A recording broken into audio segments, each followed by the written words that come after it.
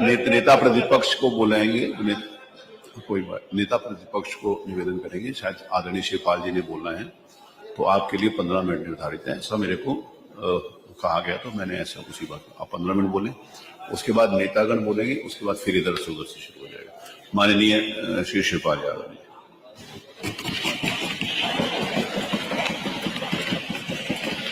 अध्यक्ष महोदय, आज भाजपा सरकार सदन में 2047 का सपना लेकर आई है। वार 2047 यानी जब आज के नौजवान अपने बच्चों को स्कूल छोड़ रहे होंगे, तब सरकार कह रही है हम तब विकास करेंगे। मान्य ये है, और जो मान ले जवान थे वे बूढ़े हो गए, बच्चों के बच्चे हो जाएंगे, वो छोड़ेंगे। और इन्हें 22 सालों में इनके लिए क्या सोचा? आज जो जवान हैं बूढ़े हो जाएंगे और बहुत से लोग तो इसमें से रहेंगे नहीं, खर्च हो जाएंगे, तो उनका क्या लाभ मिला? मैं पूछना चाहता हूँ, उनको क्या लाभ मिला? तो ऐसे विजन से क्या लाभ? विजन होना चाहिए ज्यादा से ज्यादा 5 साल का, और आप लोग 2047 का 22 साल, तो बताइए ये विजन है? और यहाँ तक कि हम कहना चाहते हैं अध्यक्ष महोदय, ये कोई विजन नहीं है, ये वोट बैंक को 22 साल का लॉलीपॉप है। पहले 2022 के घोषणा पत्र का हिसाब होना चाहिए था। अध्यक्ष महोदय, भविष्य की बातें बाद में होंगी, पहले अतीत का हिसाब होना चाहिए था। अध्यक्ष जी, 2022 के चुनाव में भाजपा ने क्या क्या वादे किया था और आज 2025 में क्या हुआ? क्या आपके सभी वादे पूरे हो गए?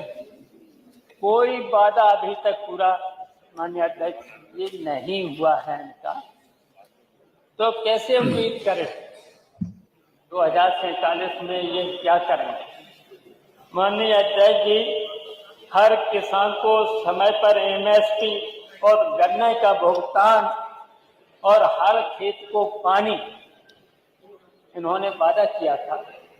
और यहीं तक नहीं, हर रोजगार को बेरोजगारी दर राष्ट्रीय औसत से ज्यादा भर्तियां 80 पर लीक से कैरियर लीक। मान्यवर, हर किसान को समय पे एमएसपी देना चाहिए था। इन्होंने वादा किया था कि हम किसानों की आय दोगुनी करेंगे, और दोगुनी की जगह आधा भी किसान को नहीं मिल रहा है। तो इस तरीके से किसानों की लूट हो रही है, उसको भी नहीं रोका है। हर युवा को रोजगार, बेरोजगारी दर राष्ट्रीय औसत से ज्यादा भर्तियां 80 पर पेपर लीक से कैरियर लीक। हर गांव में 24 घंटे बिजली, गांव तो छोड़िए शहरों में भी कटौती 90 के दशक की याद दिलाती है। ये आज से पहले जब 90 में हम देखते थे, उससे भी कहीं कहीं गांव में बिजली नहीं जा रही है। हर जिले में मेडिकल कॉलेज, गांव तो छोड़िए शहरों में कटौती 90%। हर जिले में मेडिकल कॉलेज आधा निर्माणाधीन, आधे में स्टाफ नहीं, बाकी सिर्फ बोर्ड लगा है। ये तो 5 साल का इनका है, 5 साल का जो वादा किया, और जो यहाँ पर हमने तो स्वास्थ्य मंत्री से भी सुना है कि पूरा का पूरा स्वास्थ्य की व्यवस्था हो गई है, लेकिन व्यवस्था अभी तक नहीं हुई है। महिलाओं की सुरक्षा, एनसीआरबी के आंकड़े कहते हैं कि यूपी में महिलाओं के खिलाफ अपराध में टॉप राज्यों में उत्तर प्रदेश। ये एनसीआरबी के रिपोर्ट है और वो कह रहे थे कि उत्तर प्रदेश की महिलाएं चाहे आधी रात सड़कों पर निकलेंगे तो वो सुरक्षित रहेंगी। बलरामपुर में मूत बधित महिला का क्या हुआ? बीएचयू में हुआ, बीएचयू में भी हुआ है। तो इस तरीके से इनकी जो भी हैं, ये जितने भी वादे किए हैं अभी तक सब खोखले हैं। गड्ढा मुक्त सड़कें, ये कहते हैं गड्ढा मुक्त सड़कें, तो सुनते सुनते 8.5 साल हो गए हैं, अभी तक गड्ढा मुक्ति सड़कें नहीं हो पाई। सड़कें ऐसी हैं, गड्ढा खोदने की जरूरत नहीं है, गड्ढे में सड़क खोदनी पड़ती है। और नहीं तो यहीं से विधानसभा के 5 किलोमीटर के अंदर आप देख लीजिए सड़कों की हालत क्या है। सड़कों पर गड्ढे गड्ढे, और 2 दिन की बरसात में यहाँ की जो मुख्य सड़कें थी, लोहिया पथ से देखे ही होंगे, निकले ही होंगे सब लोग, 2 दिन की बरसात में आंधी सी आ रही थी, धूल की आंधी सी आ रही थी, तो इसको नहीं ठीक कर पाए। तब 2047 का भरोसा क्या है? कोई भरोसा नहीं। अध्यक्ष महोदय, 2022 की घोषणा पत्र अगर पूरा नहीं हुआ है तो 2047 का विजन भरोसे कैसे होगा? कृषि में 2047 में अन्नदाता या धोखाधड़ी सरकार ने की है। अध्यक्ष महोदय, भाजपा कहती है कि 2047 से किसानों की आय दोगुनी होगी। अरे 2017 में तो वादा था कि 2022 तक दोगुनी करेंगे, वो कहाँ गया? आज 2025 में किसान महंगे, डीजल महंगी, खाद घटते, एमएसपी और बकाया भुगतान से लुट चुका है किसान। समाजवादी पार्टी सरकार में मुफ्त सिंचाई, मंडियों में सुविधाएं, गन्ना भुगतान समय पर और किसानों की कर्ज माफी हुई। भाजपा ने किसानों के लिए वर्ष 2047 को खेती कौमें बुक छापी है, केवल किताब छापी है, काम किसानों के लिए कोई नहीं किया। युवाओं को रोजगार का इंतजार था।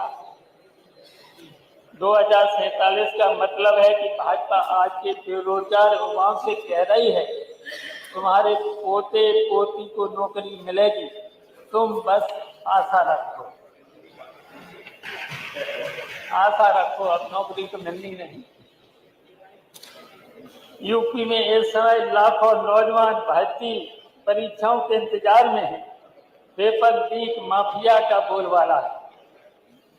समाजवादी सरकार में 18 महीने में 1.5 लाख से ज्यादा सरकारी नौकरियां, लैपटॉप योजना, स्किल डेवलपमेंट मिशन चलाकर ये समस्याओं को दूर किया था। भाजपा में नौकरी की लाइन नहीं, भर्ती रद्दीकरण का लाइन है। स्वास्थ्य 2047 का AI हॉस्पिटल, लेकिन 2025 में स्ट्रेचर भी नहीं है।